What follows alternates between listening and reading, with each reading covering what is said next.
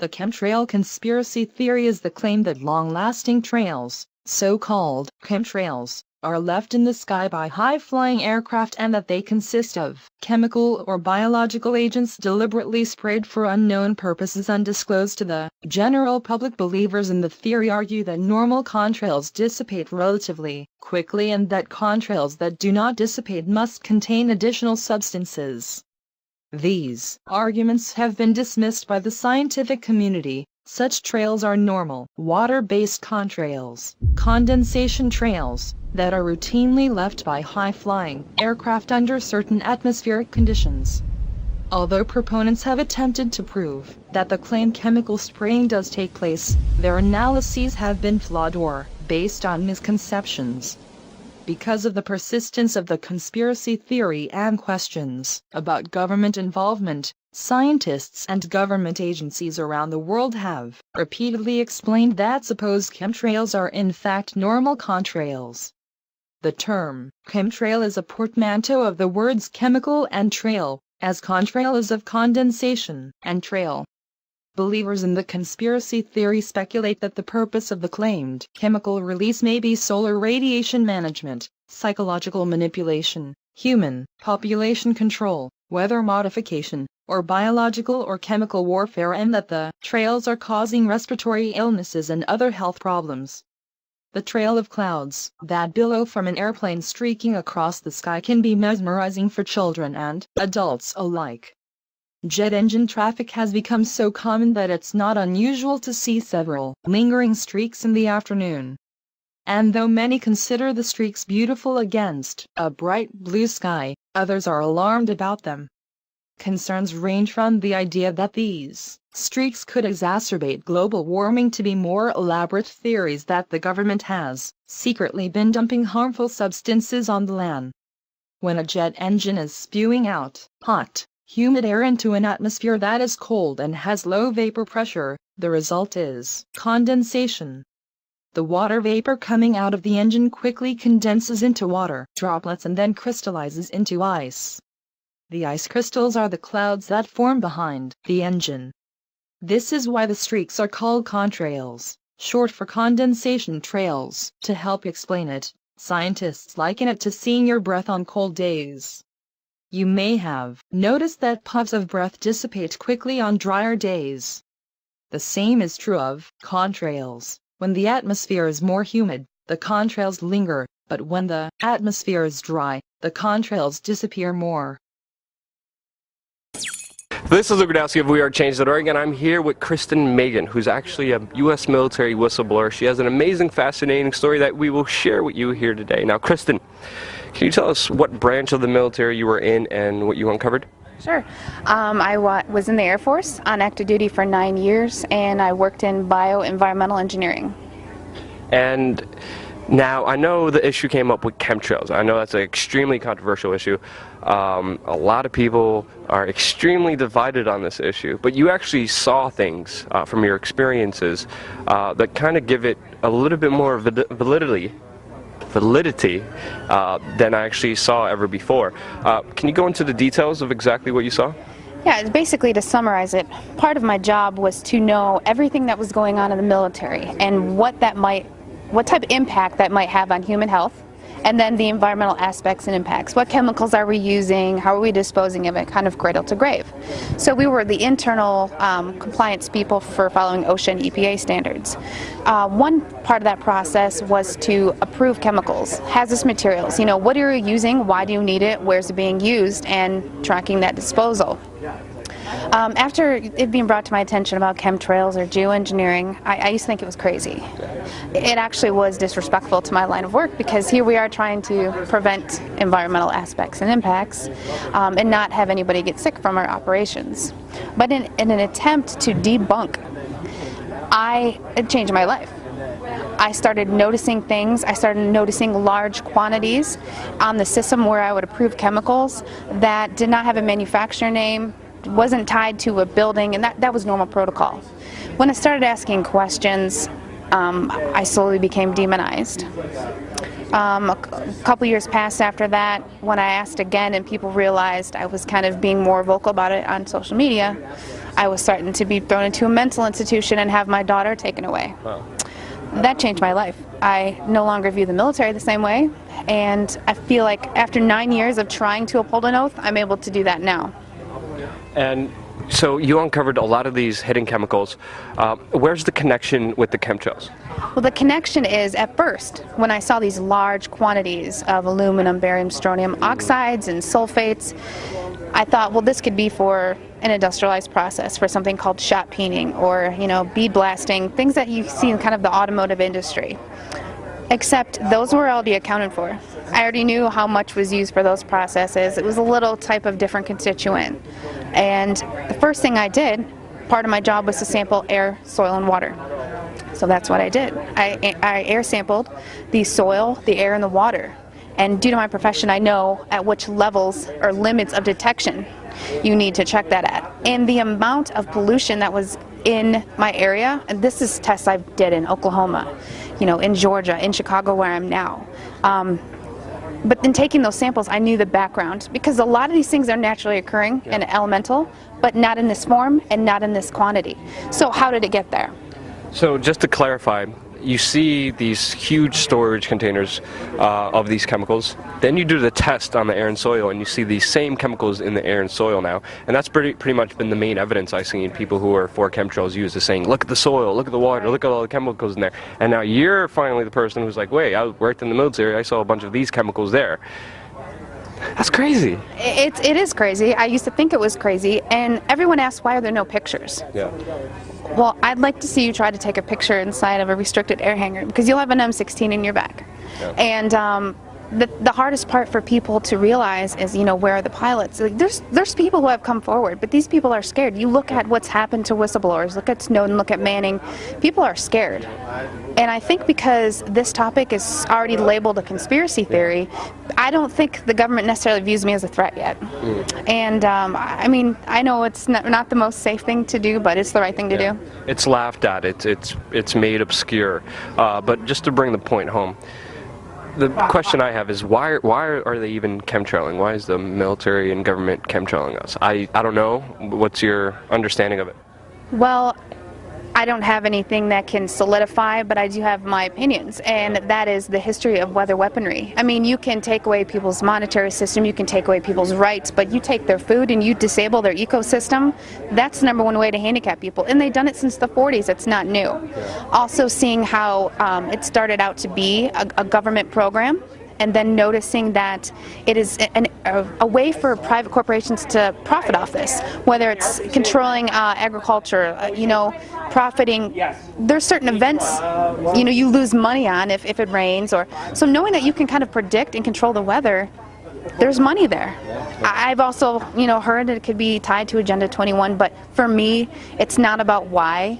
It's just stopping it. It needs to be stopped. Yeah, and it's called the crazy-ass conspiracy theory. The Chinese are doing it now, openly. They did it for the Olympics. I mean, they've sprayed people. I'm sure you've heard the St. Louis story. They did biological testing. So if the government is capable of doing that, why is it so hard for people to believe? And I don't know if you've heard about David Keith, but he's actually a geoengineer, Canadian. He works at Harvard. He just wrote a new book on climate engineering, and inadvertently he's brought more awareness to this, because I feel they're getting ready to admit it, and they're trying to sell it to us. It's kind of like they sell vaccines to us, they sell fluoride to us. Fluoride is a mining waste product. Well, how can we make that good? Put it in your water. So I think that they're trying to now kind of admit it and act like they're going to start doing it, and they've already been doing it. So where's the fight taking you? What's next? Well, my biggest issue that I have been tackling is to wake up other people in my profession. I worked for the federal government for 12 years, and it is my line of work. We are the ones that should be going out there calling people out. What is this? I mean, you can't work in my field, which is industrial hygiene. I'm an industrial hygienist and an environmental specialist. So how can you overlook this? You cannot deny the evidence. Just do your own testing. It's even gone so far to where labs stopped running these samples because I think there's pressure on them.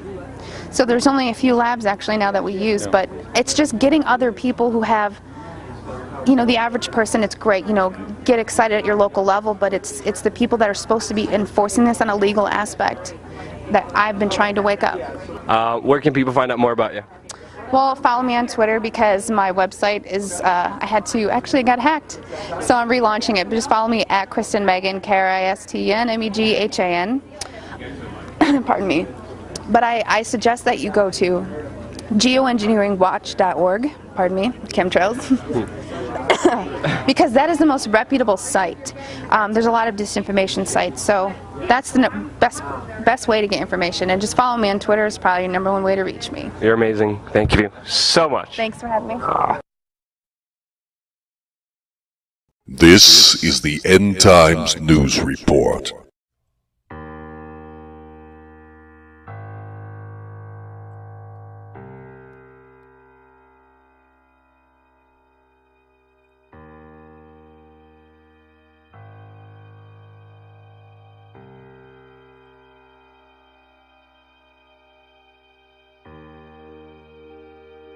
My name is Jake Morphonios, and this is the End Times News Report.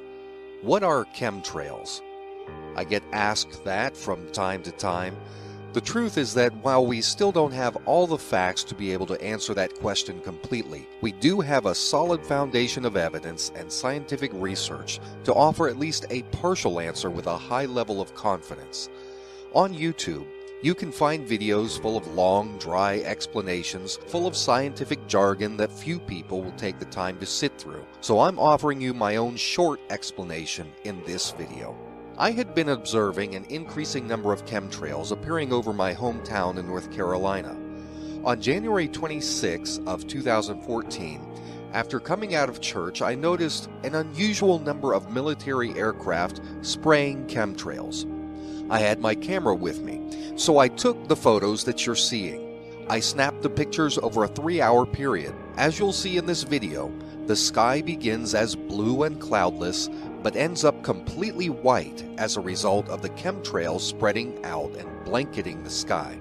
So what are chemtrails? You'll get a slightly different answer depending on who you're talking to. The short answer is that military aircraft are being used to spray very long lines of chemicals in the atmosphere, including the chemicals aluminum and barium. Over a period of hours, these trails spread out in a widening pattern and form a thin blanket of metals in the sky. This is part of a global engineering program that is used primarily over North America, Europe, and Russia, although it's reported elsewhere as well. Chemtrails have multiple purposes, but all of them are related to the use of a new generation of high-tech plasma weaponry. Technology called HAARP, H-A-A-R-P, shoots energy waves into the upper atmosphere called the ionosphere, and the metals in the sky act as a kind of conductor. Because this weapons technology is supposed to be top secret, the US government will not confirm that chemtrails are being used. The government answer is that people who see chemtrails are just imagining them, or just seeing regular jet contrails. This government response shouldn't come as a surprise though. It's necessary to keep certain weapon technologies secret. The government has a long history of denying things that people have seen and knew to be true, such as the once mysterious stealth bomber. But there's a problem with chemtrail and HAARP technologies that make it a different matter than something like a new stealth bomber. The problem with chemtrails is that the chemicals in them eventually settle down on the earth below, impacting water and ground sources from which we get our nourishment, causing health problems for some people. This has led to the creation of nationwide organizations led by experts and scientists that are trying to get the word out to the public about the dangers of these chemtrails. But the government, wanting to keep geoengineering projects secret, is waging a propaganda campaign against the existence of chemtrails. It can take a while to slog through all of the insults and mockery, which is the primary disinformation weapon used by the government. But if you just ignore the ridicule long enough to read the science behind chemtrails, you'll find that it is very, very convincing. The idea that these long, crisscrossing streaks are just regular contrails from commercial planes has been debunked 100 different ways, including testimonies from commercial airline pilots and confessions from whistleblowers in the military who have helped to load the chemicals onto the planes. And that's to say nothing of the potentially catastrophic dangers presented by the HAARP weaponry itself, which needs to be covered in a separate video. I can understand that some people's worldviews prevents them from accepting the idea that the government is developing, using, and hiding such technology from public view. What I cannot understand is how some people can think that their insults and mockery are somehow clever. Ignoring an overwhelming mountain of scientific evidence that supports the existence of chemtrail and HAARP technology while mocking other people doesn't make you clever. This video, all by itself, is convincing on its own, with no additional explanation. I personally photographed the skies above my own town, beautiful, blue, cloudless, as they were transformed over a period of only 3 hours by a dozen or so military jets streaking back and forth overhead. The photographic evidence is right there in front of you. In all that time, not a single commercial airplane coming in or out of the Greensboro International Airport, which was right nearby, none of them left any trail behind it. Natural contrails dissipate in seconds as the planes pass by, while chemtrails, on the other hand, hang in the sky and spread out, creating a white blanket as you see in these photos. Regardless of why the government is using chemtrails, the evidence proves that the metals in the chemtrails are impacting our soil and our water, and that is reason enough to stand up and speak out.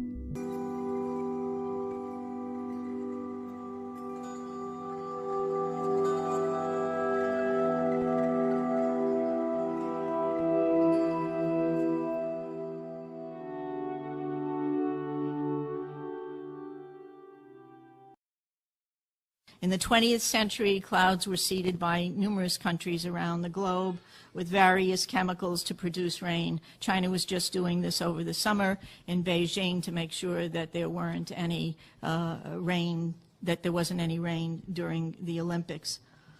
But all this has changed dramatically with the U.S. military's secretive research and plans to control the planet's natural weather. This has not been given very much press, and we have to remember that we have a corporate-owned press where 85% of radio, television, and print media is owned by 5 corporations. So they're not going to talk about things that are of really serious consequence, and that's somewhat of the blessing, a mixed blessing of the Internet, but there's certainly plenty of information on weather modification. The Air Force is on record as saying, quote, they want to control the weather by 2025, and we are not talking about just seeding the clouds for rain. Weather modification means, quote, any activity performed with the intention of producing artificial changes in the composition, behavior, or dynamics of the atmosphere, unquote. And as of April this year, there are more than 150 different weather modification programs around the world. Since about 2000, the Department of Defense and the Department of Energy have been spraying the entire United States sky with a toxic brew of chemicals and other biologic agents. Do we have that? Can we do that?